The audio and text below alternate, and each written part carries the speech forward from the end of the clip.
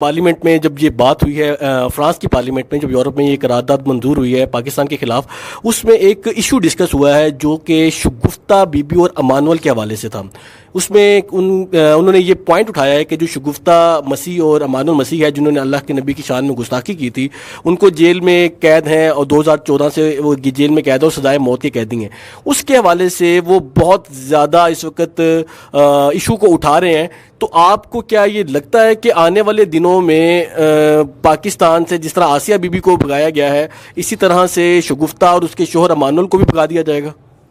لیکن یہ تو اس پہ گورنمنٹ نے فیصلہ کرنا ہے کہ وہ کیا کرتے ہیں۔ انہوں نے جو پہلے تمغے لیے ہیں، آیا وہی انہوں نے تاریخ اپنی دہرانی ہے، اپنے دامن کو مزید گندہ کرنا ہے، یا پھر انہوں نے پاکستان کی عدالتوں کے مطابق جو فیصلے ہوئے ہیں اس کے اوپر عمل درآمد کرنا ہے۔ باقی یہاں پہ آپ کے اس سوال کے تناظر میں یہاں پہ بس ایک بات کرتا جاؤں، کچھ ایسے لبرلز بھی ہم اینکر بیٹھے ہیں کہ جو ہمارا موقف لینا بھی نہیں چاہتے اور وہ اپنی مرضی کے مطابق ہمارا ایک چہرہ لوگوں کے سامنے دکھانا چاہتے ہیں۔ ہم پہلے تو ایک واضح بات بتانا چاہتے ہیں کہ یورپ نے یہ جو 295 BC کی بات کی ہے ختم کرنے کی، اس کے بارے میں پتہ ہونا چاہیے کہ پہلے یورپ جب بھی آتا تھا، یا یہ کہہ لیں کہ عالم کفر، وہ مولویوں کی آڑ لے کے آتا تھا، چونکہ مولوی متشدد ہیں، ان کو پکڑیں، یہ وہ فلاں، یہ اب وہ چیزیں پیچھے رہ گئی ہیں۔ وہ کھل کے سامنے آیا ہے کہ ہمیں اصل جو تکلیف ہے وہ ناموس رسالت کے قانون سے، یعنی آپ ہمیں کھلی چھوٹ دے دیں، ہم جب مرضی کسی کا دل کرے وہ بکواس کرتا رہے اسلام پہ اور اس کو کوئی پوچھنے والا نہ ہو۔ دوسری بات کہ TLP کا اس ساری قرارداد میں ذکر ضمناً آیا ہے، لیکن اس سے زیادہ جو ذکر آیا ہے وہ جناب صحافیوں پہ ہونے والے حملے، جو اظہار رائے کی آزادی کے اوپر جو قدغن ہے، انہوں نے جو ابھی آپ نے واقعہ بتایا 2014 والا، تو یہ FIR TLP نے نہیں کٹوائی۔ آپ سوچیں کہ بھئی ہماری جماعت نے اس کی مدعی نہیں بنی، پاکستان کے کورٹ کچہری میں وہ معاملہ چلا ہے اور پاکستان کی عدالتوں نے اس کو سزا دی ہے۔ تو جب سوچیں کہ اغیار آپ کے عدالتی نظام میں بھی مداخلت کرتے ہیں، آپ کے کانسٹیٹیوشن میں بھی مداخلت کرتے ہیں، آپ اس کو اپنی آنکھوں کے سامنے دیکھتے رہتے ہیں، تو کوئی نہ کوئی تو یار ایک حد ہوتی ہے نا جہاں پہ بندہ کہتا ہے انف، بس اس سے آگے نہیں ہو سکتا۔ ہم آپ کو یہی کہہ رہے ہیں کہ یار انہیں کم از کم شٹ اپ کھال دیں، انہیں کہیں کہ یہ نہیں ہو سکتا۔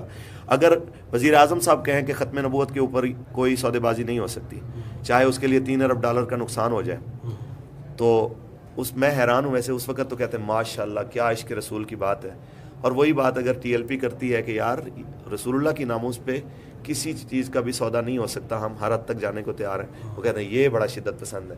یہ کیا بات ہے؟ اس کا مطلب ہے کہ ہمارے سر پہ چونکہ پگڑی ہے، داڑھی ہے، ہم بات کریں گے تو وہ ہوگی ایکسٹریمسٹ، اور اگر کوئی بندہ آج وزارت عظمیٰ کی کرسی پہ بیٹھ جائے وہ کہے گا تو ماشاءاللہ کیا عاشق رسول آدمی۔ یہ دوہرا معیار ختم ہونا چاہیے۔